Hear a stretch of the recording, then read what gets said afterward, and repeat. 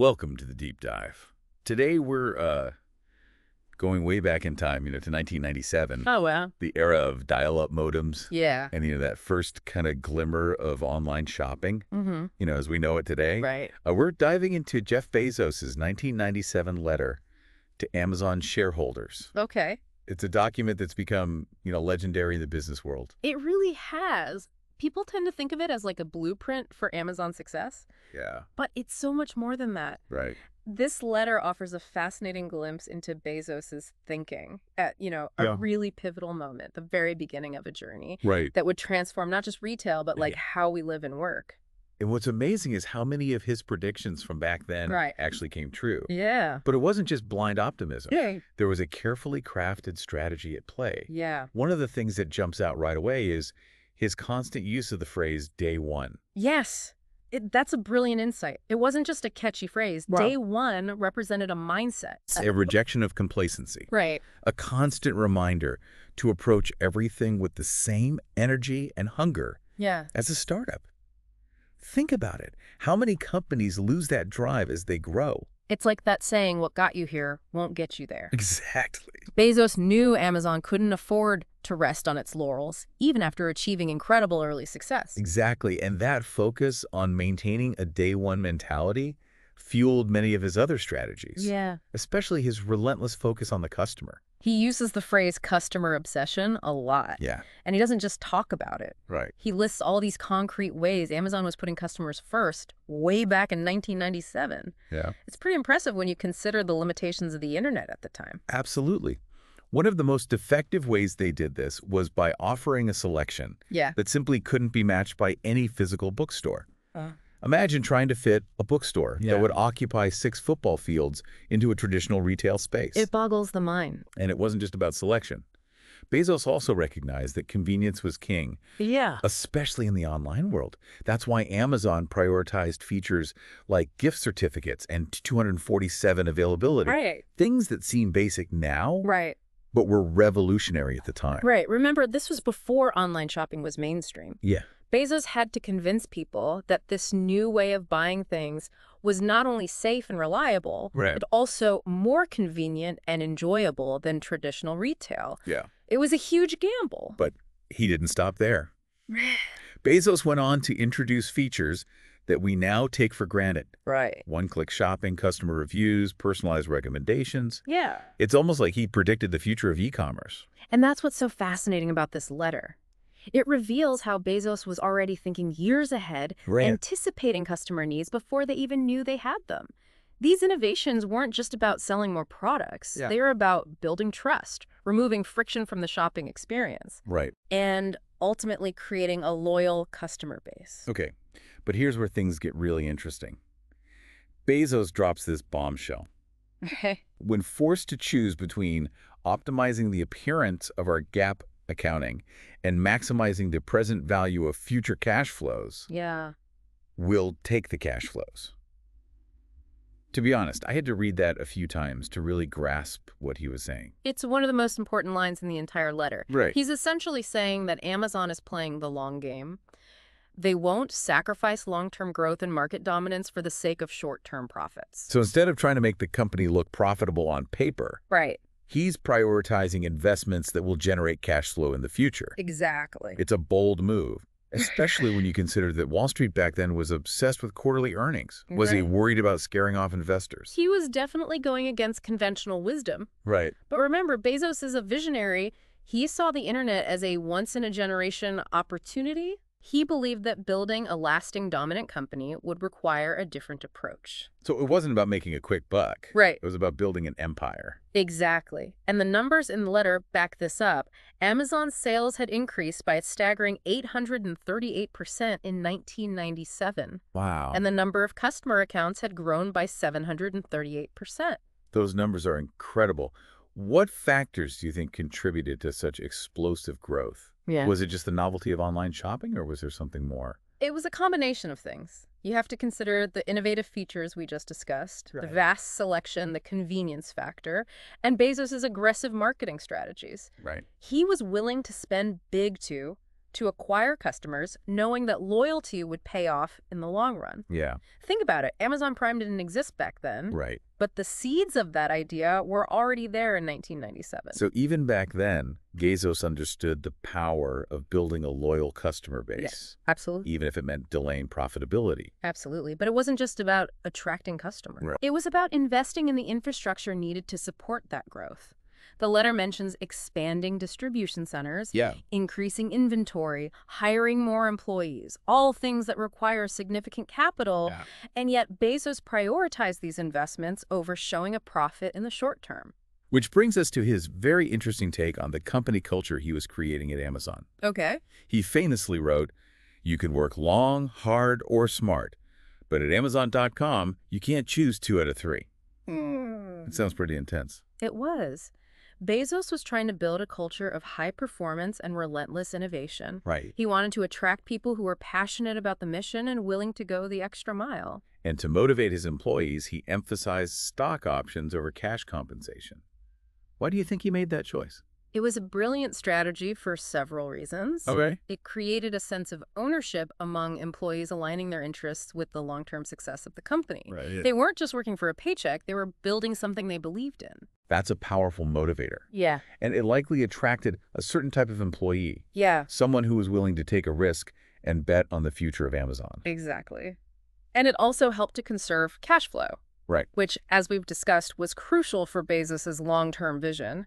Right. By offering stock options instead of high salaries, he could reinvest more capital back into the business. It was a win-win situation. So by putting customers first, thinking long-term, and fostering a high-performance culture, Bezos was essentially laying the groundwork for what Amazon would become. Precisely. And what's remarkable is that he was incredibly transparent about this approach in his letter. He actually states, "We aren't so bold as to claim that the above is the right investment philosophy, but it's ours." It's like he's inviting his shareholders to come along for the ride, Yeah. knowing that it might be a bumpy one. He wanted them to understand his vision and trust his judgment, Right. even if it meant deviating from conventional wisdom. Yeah. This level of transparency is rare, It's especially in the corporate world. And that's what makes this letter so compelling even today. It's a raw, honest, and insightful account of a company at a crossroads, Yeah. led by a visionary leader who doesn't afraid to take risks and challenge the status quo. Exactly. It's fascinating that Amazon started with books. Looking back from today, it almost feels quaint, doesn't it? Well, remember, it was 1997. Right. E-commerce was in its infancy. People were just starting to dip their toes into the waters of online shopping. Yeah. So the question is, why books? Right. Was it a safe bet, or was there something more strategic at play? Now that you mention it, it does seem like a calculated move. Yeah. Books are relatively inexpensive. Right. They're easy to ship, and there's already a huge potential market of book lovers out there. Exactly. Plus, people were already accustomed to browsing for books in physical stores. Right. Bezos saw an opportunity to create a virtual bookstore with a selection that dwarfed even the biggest chains. Yeah. He even boasts in the letter that their online store would now occupy 6 football fields. Right. If it were a physical space. That's an incredible image. Right. But beyond the sheer size of the selection, what else made Amazon's approach to selling books so successful?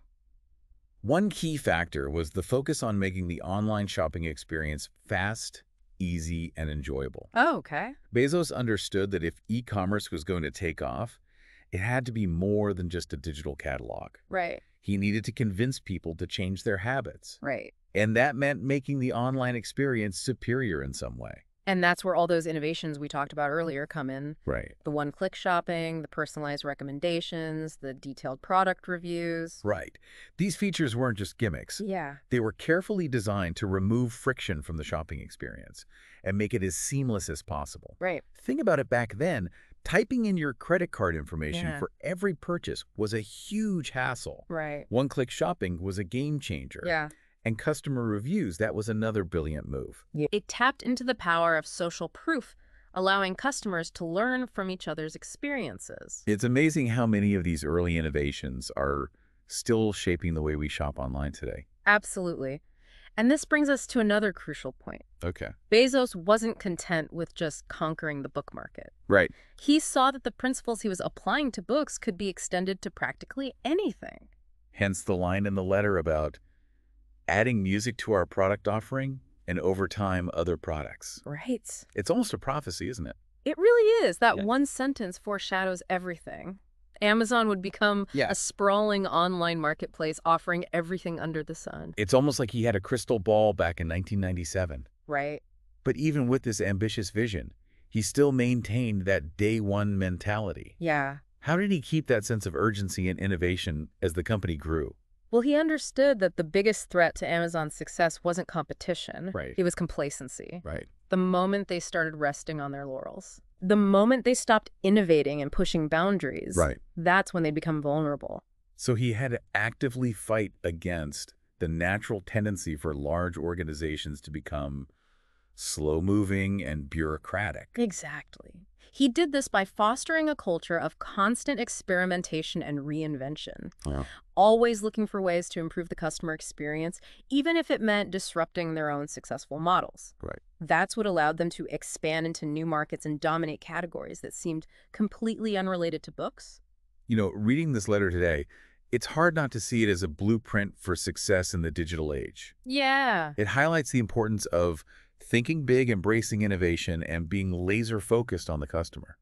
It is in many ways, but it also underscores the importance of having a clear vision Right. and being willing to make bold bets to achieve it. Right. And perhaps most importantly, it reminds us that success is not a destination. Right. It's a journey. Yeah. A journey that requires constant adaptation, experimentation, and a willingness to embrace the unknown. And as Bezos himself wrote, we still have so much to learn. Right.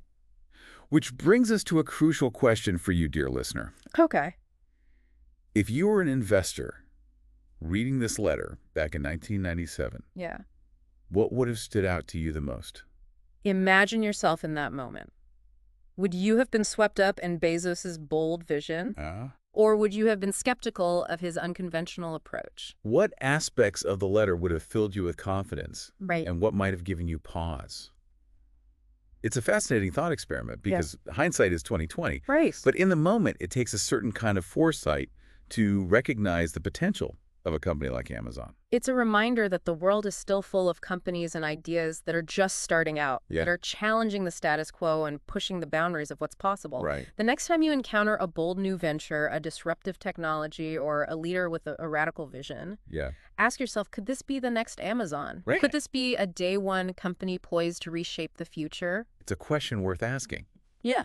The answers might just surprise you. Right. And who knows, you might even find yourself investing in the next big thing.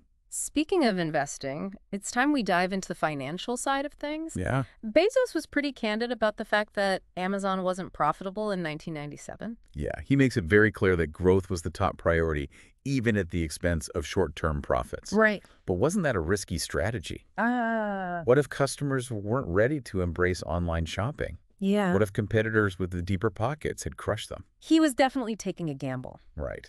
But remember, Bezos was playing a different game. Okay. He believed that in the rapidly evolving world of e-commerce, achieving scale was essential for long-term success. Right. It was all about grabbing market share, building a loyal customer base, Right. and establishing a dominant position in the online marketplace before anyone else. Right. And that required significant investments in infrastructure, technology, and talent. So he was willing to play the long game, even if it meant weathering some short-term losses. Exactly. He knew that these investments would pay off in the long run, Right. even if they meant delaying profitability in the short term, and he was willing to bet big on that vision. Which, as we now know, turned out to be a pretty savvy bet. Yeah. But at the time, it must have been a tough sell to investors. Oh, absolutely. Back then, Wall Street was obsessed with short-term gains. Right. Bezos had to convince them that he wasn't just burning through cash, Wow. he was building something truly transformative. So how did he make his case? He did a remarkable job of laying out his rationale in the letter. He explained how Amazon's investments were focused on creating long-term value, not just generating short-term profits. Right. He talked about building a durable franchise, a company that would be around for decades to come. He was basically saying, trust me, this is going to be huge. Exactly. But it wasn't blind faith. Right. He backed up his claims with data highlighting metrics like customer growth, repeat purchases, and brand strength. As indicators of long-term success, he was essentially saying, don't judge us by our current earnings, judge us by our potential. It's a powerful argument. But it also takes a certain amount of courage to be that transparent about your strategy, Right. especially when you're not yet profitable. Absolutely. Right. He didn't sugarcoat anything. He laid it all out there, warts and all. Right. He acknowledged the challenges of competition, the growing pains of a rapidly expanding company, the risks of venturing into uncharted territories. That level of honesty is refreshing, especially when you consider how much corporate communication is often focused on spin and hype. And I think that's part of what makes this letter so compelling.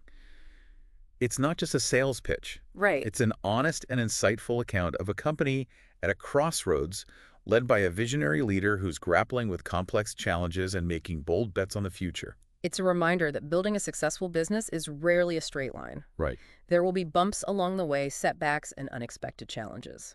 But what sets the great companies apart is their ability to navigate those challenges, Right. to adapt and evolve, and to never lose sight of their long-term vision. Right. And in that sense, Bezos' 1997 shareholder letter is more than just a historical document. Right. It's a timeless guide to building a business that's built to last. As we wrap up our deep dive into Bezos' 1997 shareholder letter, I'm curious what stood out to you the most. It's such a rich document with so many layers. There's so much to unpack. What resonates with you most strongly?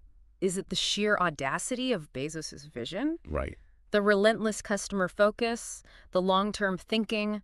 Or perhaps it's something else entirely? I think one of the things that makes this letter so enduring is that it speaks to different people in different ways. It really does. It's no coincidence that people share this letter with entrepreneurs, investors, and even, those just starting their careers. It's almost like a crash course in building something meaningful. Yeah. Whether that's a company, a product, a movement, or even just a fulfilling career. Exactly. And at its core, it reminds us that the most important ingredient in any successful endeavor isn't money or resources, it's vision.